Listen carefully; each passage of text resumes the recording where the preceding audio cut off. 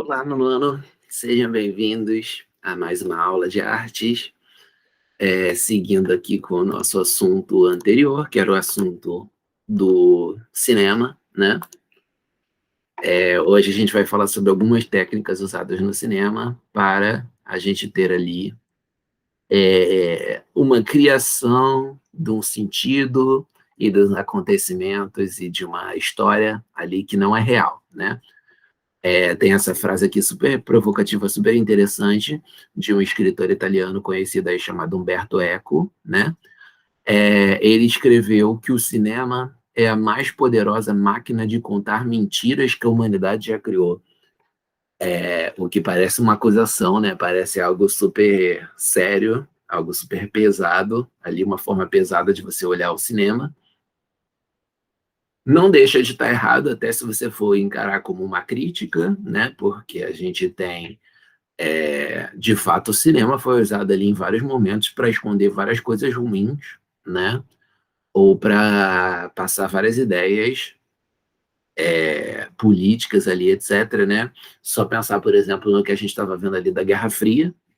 A gente tem a Guerra Fria, Estados Unidos contra a Rússia, e você tem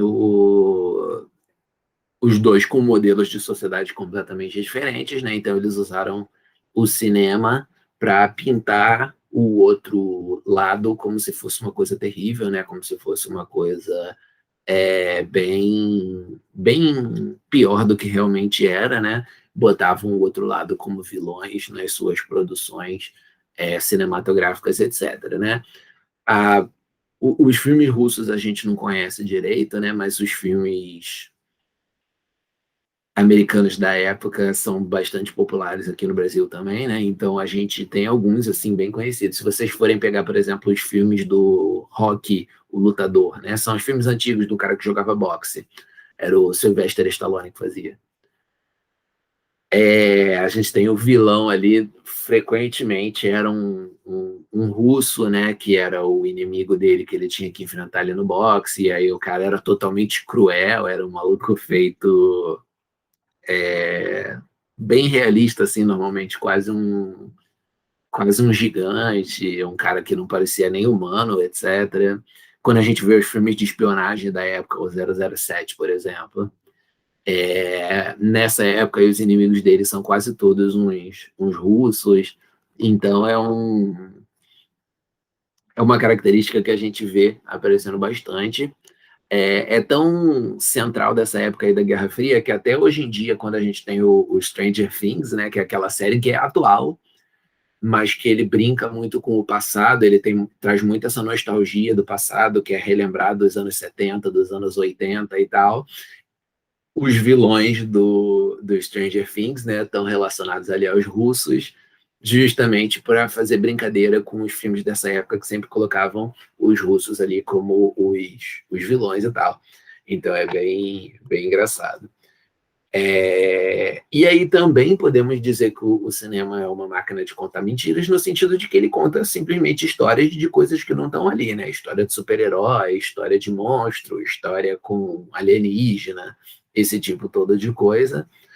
Ele consegue usar os efeitos especiais, mas às vezes outras coisas ali, como simplesmente o que ele vai fazer com a câmera e etc., para contar histórias fora do real. Aquele filme que a gente viu um pedacinho na semana passada, né, da viagem que o pessoal ali fazia a Lua, que fez. O filme foi feito antigamente pra caramba, né? Bem diante da gente começar a ter efeitos especiais como a gente conhece hoje em dia, não tinha computadores sinistros para a gente. Aliás, não tinha computador, né, na época, para você conseguir fazer os efeitos especiais, né? Criar aquelas coisas ali de animação no meio do filme, etc. Mas o cara já conseguia fazer uma coisa totalmente fora do real, simplesmente usando ali o jogo de imagens, né? Posicionamento da câmera, a ilusão de profundidade do que está perto, do que está longe, porque o cara era mágico, né? Aquele Georges Méliès, que é o autor desse filme, e ele conseguiu usar esse conhecimento dele de mágico para enganar o nosso olhar também no filme, e aí ele consegue ali fazer. uma, uma coisa bem única, né? Desde aquela época, o cinema nunca mais parou de nos enganar o nosso olhar ali, fazer a gente acreditar em coisas que não estavam acontecendo, pelo menos nos momentos que a gente estava ali dentro do cinema. E às vezes, depois da gente sair do cinema, a gente ainda ficar impactado ali com aquilo de alguma forma, acreditando em alguma coisa que não é verdade. Não necessariamente isso é feito com maldade, pelo contrário, a maioria das vezes isso não é feito com maldade, é feito só com o interesse de fazer o filme ficar mais legal, né? Mas a gente acaba sendo enganado de forma positivamente, que nem num show de mágica mesmo, né? O Jorge Méliès acabou criando uma inspiração ali para a arte do cinema que todo mundo foi seguindo um pouco. Então, essas características que a gente vai ver agora são uma forma de você conduzir o olhar das pessoas e conduzir o entendimento daquele filme ali para passar ideias que ajudem você a criar o filme que você quer. Por exemplo, enquadramento é quando você decide, né, que tipo de cena você vai criar ali de acordo com a câmera, com o movimento da câmera. Você pode colocar o personagem mais no centro, você pode colocar o personagem fora do enquadramento totalmente, só falando, por exemplo. Você pode colocar o personagem sendo praticamente o enquadramento inteiro, sem mais nada ao redor. Você pode colocar o personagem mais para o canto, tipo tá aparecendo nessa imagem aqui, né? Tudo isso pode causar impressões diferentes ali, de movimento, de exclusão, de pertencimento, do cara ser o centro do universo, ou do cara ser uma coisa muito pequena ali dentro do universo, muito desimportante, e tudo isso mais, né? Então, com o plano e com o ângulo, que são essas duas coisas que a gente vai ver aqui ao redor, você consegue criar um enquadramento ali que te conduz a acreditar em alguma coisa, a sentir alguma coisa. Temos essa regra dos terços, que é uma regra importante para chamar a nossa atenção ali para o que está acontecendo. Bem tradicional, né? Você trata a câmera dividida ali em 9 pedaços, que nem a gente tem aqui nessa imagem. As coisas mais importantes da imagem, né?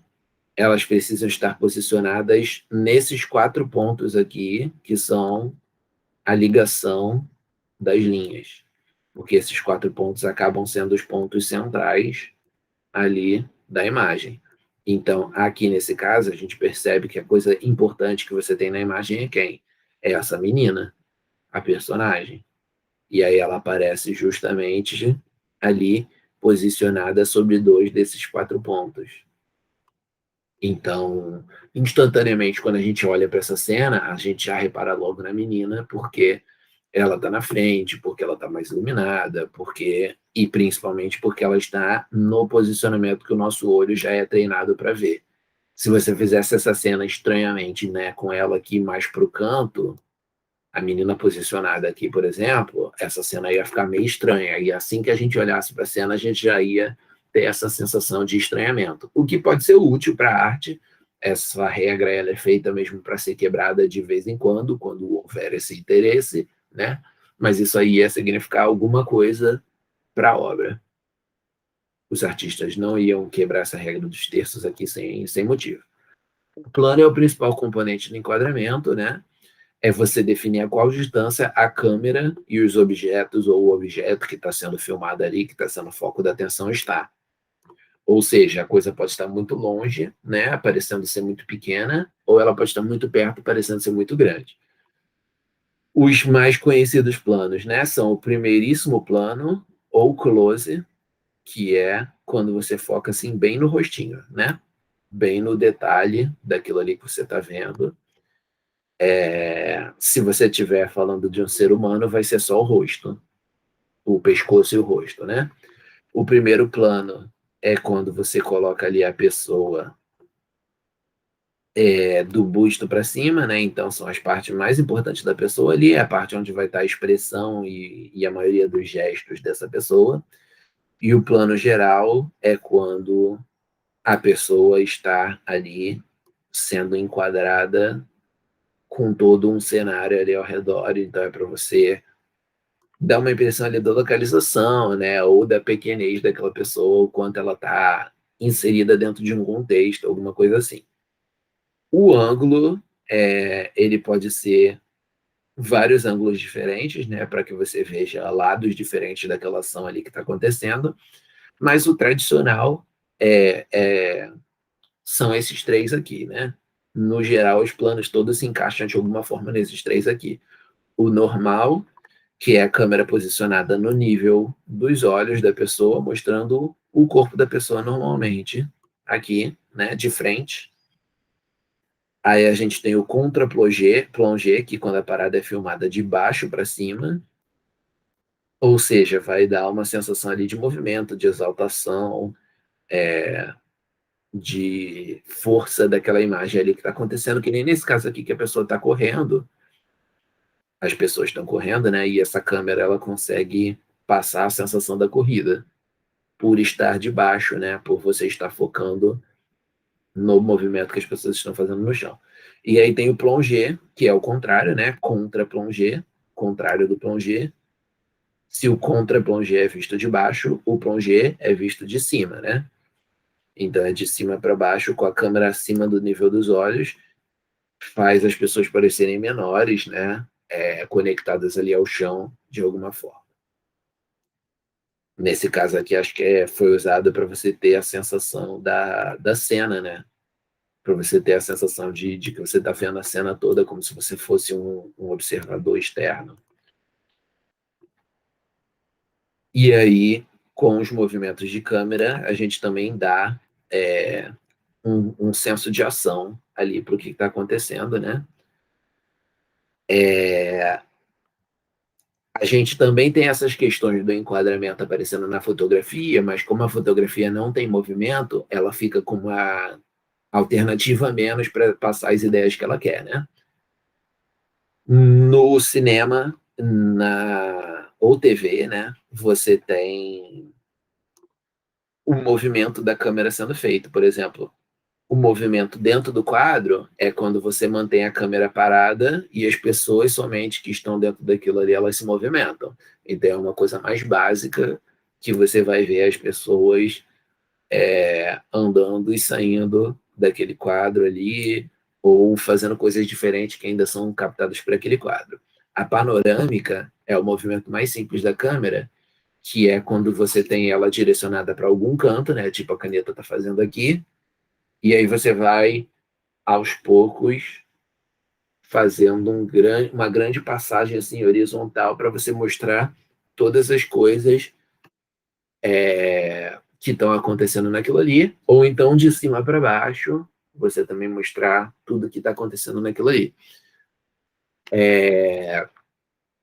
Para que isso? Para você, no geral, é para você conseguir ter uma grande apreensão, uma grande demonstração de tudo que está acontecendo naqueles arredores. Também pode ser chamado de tilt quando é realizado na vertical, né? Que é assim.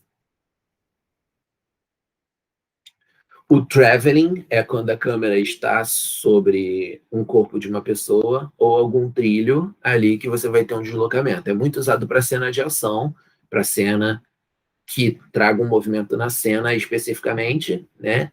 Para o personagem ou objeto que está se movendo, ele não simplesmente se mover e aí ficar pequeno ou ficar grande demais, etc. A câmera se move para você ter essa percepção, né? Então, quando a gente vê coisa aí gravando os filmes de ação da vida e etc., né? O traveling acaba sendo muito utilizado, a gente consegue muito ver nas cenas de bastidores desses filmes o traveling sendo utilizado. E o zoom é o tradicional que vocês conhecem aí de tirar foto, né? Mas que também é usado no cinema para você dar atenção, mais ou menos atenção nas coisas, né? Tem o zoom in, que é quando você entra, né? Que é quando você tem uma aproximação, e o zoom out, que é quando você sai, quando a câmera vai para mais longe das coisas. O zoom vocês conhecem, né? Não precisa falar muito sobre ele. E é isso. Na aula de hoje é só, né? Nossa matéria é bem pequenininha, então separando pelas aulas dá pouca coisa mesmo. E eu espero que tenha sido interessante. Muito obrigado pela atenção de vocês e até a próxima.